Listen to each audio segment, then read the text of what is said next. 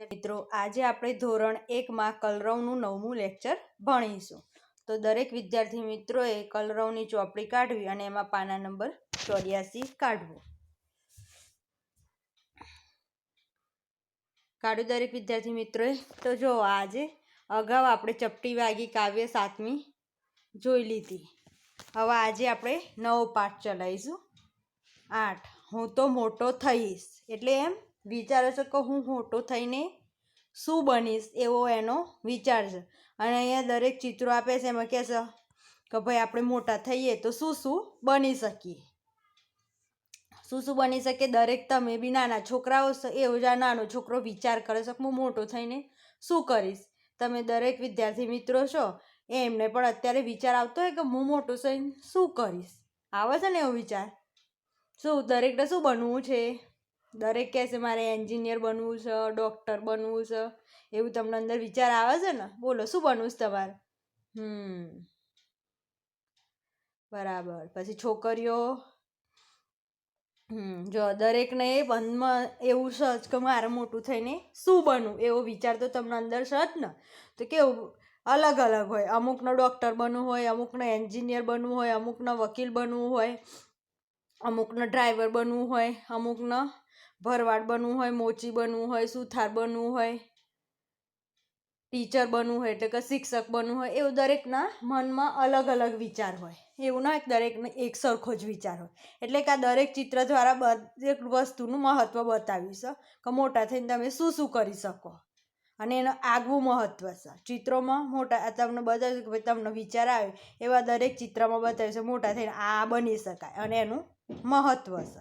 તો ચલો આજે આપણે જોઈએ. જો પહેલું ચિત્ર, આ છોકરો મોટો થઈને આ રીતે જો ઘરમાંથી બહાર નીકળીને નોકરી કરવા જાય છે. જો આ રીતે આ ઘરમાંથી આ બહાર નીકળીને જો છોકરો એટલે મોટો થઈને વિચારશે કે હું આવી રીતે બહાર નીકળીશ. તો જો પહેલો એને વિચાર આવે છે કે હું ફુગ્ગાવાળો બનીશ. જો આ રીતે ફુગ્ગા વેચવાવાળો બનીશ. તો જો અહીંયા છોકરાઓને ફુગ્ગા આપે છે એટલે આ ચિત્ર શાનું છે? ફુગ્ગાવાળાનું. કોનું છે? ફુગ્ગાવાળાનું. અમુકને એમ થાય કે હું ફુગ્ગાવાળો બનો તો એ રીતે આ ચિત્ર આપેલું છે. આ છોકરો એ ચિત્ર બધા ચિત્રો દ્વારા બતાવે છે કે મોટું થઈને તમારે શું શું બની શકાય. તો પહેલાં ચિત્રમાં શું છે? આ છોકરો ફુગ્ગા, આ મોટો ભાઈ છે એ ફુગ્ગા વેચતો બતાવીશ આ છોકરાઓને. એટલે એને શું કહેવાય? ફુગ્ગાવાળો. શું કહેવાય? ફુગ્ગાવાળો. એટલે મોટો થઈને ફુગ્ગા વેચશે એટલે ફુગ્ગાવાળાને ફુગ્ગાવાળો કહેવાય. પછી આ જો આ ચિત્રમાં શું બતાવ્યું છે કે મોટા થઈએ તો આવું બનીએ ભરવાડ.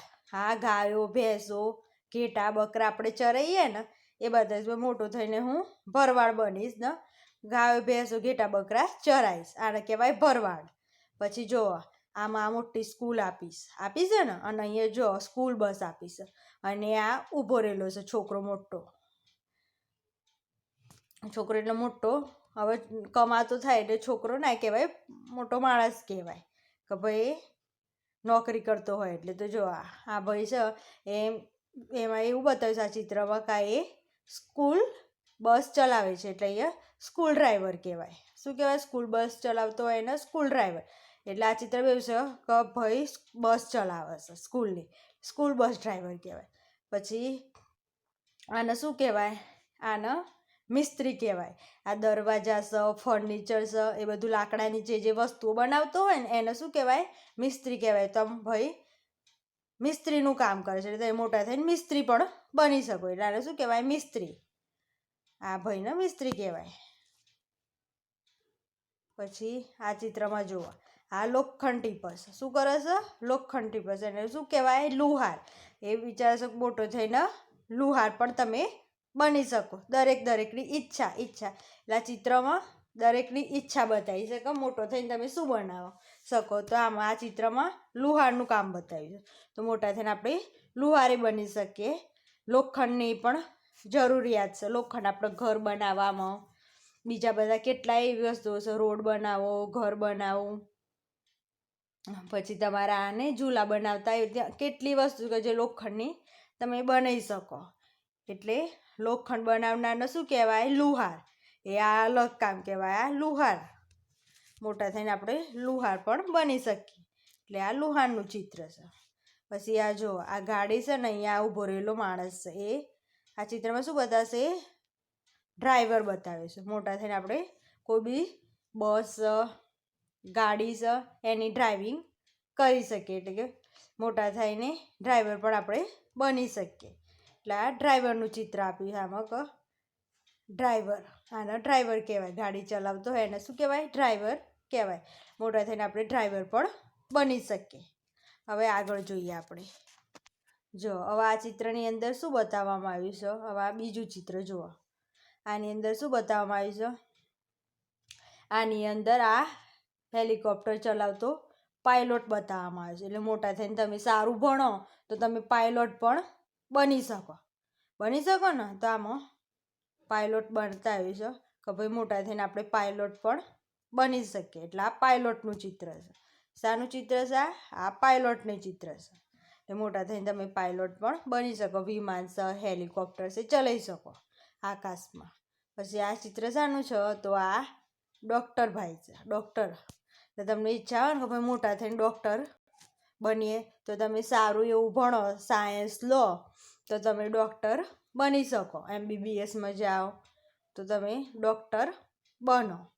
તો આ ચિત્ર શાનું છે? ડૉક્ટર. આ છોકરો, આ ભાઈ છે, આ છોકરાને તપાસે છે, એટલે આ ડૉક્ટર કહેવાય. શું કહેવાય? ડૉક્ટર. ડૉક્ટરની ઓળખાણ કેવી રીતે હોય? હોસ્પિટલમાં ડૉક્ટર શું શું પહેરે છે? ખબર છે ને?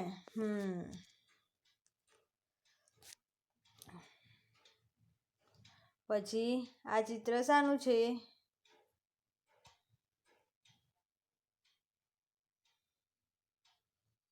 આ ચિત્ર દરજીનું છે. જો આ ભાઈ છે એ આ નાના છોકરાનું માપ લેશે, એટલે આ દરજીનું ચિત્ર કહેવાય. કોનું કહેવાય? દરજીનું. મોટા થઈને આપણે દરજી પણ બની શકીએ. હવે આ ભાઈ છે એ છોકરાનું માપ લે છે, એટલે તમે નહીં કહેતા કપડાં સીવો, કપડાં કોણ સીવે? તો દરજી સીવે, એટલે આ દરજી કહેવાય. આપણા બધાના જે કપડાં સીવશે એ કોણ સીવશે? દરજી. એટલે મોટા થઈને આપણે દરજી પણ બની શકીએ. પછી આ ચિત્ર શાનું છે? આ કુંભારનું. જો આ કુંડા બનાવ્યા છે ને, કુંભાર શું કામ કરે? કુંભાર માટલા ઘડવાનું કામ કરે. શું કરે? માટલા ઘડવા. હવે તમારામાંથી કોઈ કુંભાર હોય અને એની ઈચ્છા હોય કે મારી મમ્મી, મારા પપ્પા, મારા દાદાને કુંભારનું કામ કરતા હતા, તો હું પણ એ કરું, તો એ કુંભારનું કામ કરે. એને બચપનથી જ ઈચ્છા હોય તો. અને અત્યારે એવી ઈચ્છા હોય કે મારા મમ્મી પપ્પા દાદાએ જે કર્યું પણ મારે બીજું કરવું છે, બીજો ધંધો, તો એ પણ કરી શકે. પણ કુંભારનું કામ માટલા ઘડવાનું હોય, એ રીતે એ ઓળખાય. પછી આ કળીઓ કહેવાય. જે ઘર મકાન ચડે ને એને શું કહેવાય? કળીઓ કહેવાય. જો આ ઘર દિવાલ ચડે છે ને એને શું કહેવાય? કળીઓ કહેવાય. પછી આને શું કહેવાય? જો આ ચપ્પલ સીવે છે તો શું કહેવાય? આને મોચી કહેવાય. આ એને ચપ્પલ સીવડાવવા આવ્યો છે, એટલે આ ભાઈને મોચી કહેવાય. શું કહેવાય? મોચી. આ શાનું ચિત્ર છે? મોચીનું. મોચી શું કરે? મોચી બૂટ ચપ્પલ સીવે, પોલિશ કરે, એને મોચી કહેવાય. પછી આને શું કહેવાય? આને વાણંદ કહેવાય. જો આ ભાઈ વાળ કાપે છે ને, હા, તેને શું કહેવાય? વાણંદ કહેવાય. એ અત્યારે તો બધા દુકાનો, પહેલાં તો શું હતું? ઘેર ઘેર કાપવા આવતા હતા અને આવી રીતે બહાર રોડ ઉપર બેસતા હતા. હવે દરેકને સારી પરિસ્થિતિ આવી એટલે દરેક દુકાન ખોલીને આ રીતે બધાના વાળ કાપે, એને શું કહેવાય? વાણંદ. એટલે દરેકના મનમાં જે ઈચ્છા હોય મોટા થઈને આ બનવાની, એ બતાવી શકો. મોટા થઈને તમે આ બધું કામ કરી શકો. અમુકનો એવો ધંધો હોય બાપ દાદાનો, એ કરો. કોઈને અલગ ઈચ્છા હોય તો એ રીતે નોકરી કરો. પોલીસની કરો, ટીચરની કરો, ડૉક્ટરની કરો, કડિયા કામની કરો, વાણંદની કરો, મોચીની કરો, શિક્ષકની કરો. એવા કેટલાય વસ્તુ છે કે તમે મોટા થઈને કામ કરી શકો. આ એ રીતે બધા તમને ચિત્રો આપેલા છે કે કઈ વ્યક્તિ શું કામ કરી શકે. ચિત્રો દ્વારા બતાવેલું છે. દરેકને ખબર પડી આ પાઠમાં? પડી ને? તો હવે આગળ આપણે એના પ્રશ્નો જોઈએ.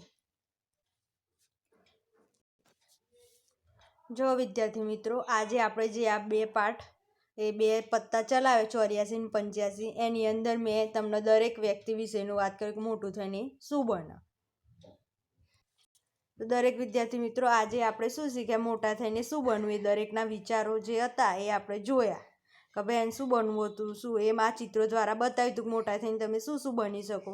ચિત્રો દ્વારા તમને બતાવ્યું ને મેં તમને સમજાવ્યું. હવે પ્રશ્નો છે એ આપણે આવતા લેક્ચરમાં પ્રશ્નો વિશે ચર્ચા કરીશું, પણ અત્યારે મેં તમને જે ચલાવ્યું દરેક ચિત્રો વિશે એ તમારે તૈયાર કમ્પ્લીટ કરી લાવું, એથી કરીને આગળનામાં આપણે પ્રશ્નો પૂછીશું તો તમને આવડવું જોઈએ. પડી ખબર દરેક વિદ્યાર્થી મિત્રોને? તો આ 2 પત્તામાં મેં જે વસ્તુ તમને શીખવાડી હતી ને, 2 પત્તામાં કયા કયા વ્યક્તિનો કયો કયો ધંધો છે, શું નોકરી છે, એ બધું શીખવાડ્યું ને એ તમારે તૈયાર કરી લાવવાનું ચિત્રો દ્વારા. હું કાલે પૂછીશ બીજા લેક્ચરમાં, એ વખત તમને આવડવું જોઈએ. પડી ખબર? પડે ને? દરેક વિદ્યાર્થી મિત્રોએ મને ખૂબ શાંતિથી સાંભળ્યું બદલ ખૂબ ખૂબ ધન્યવાદ.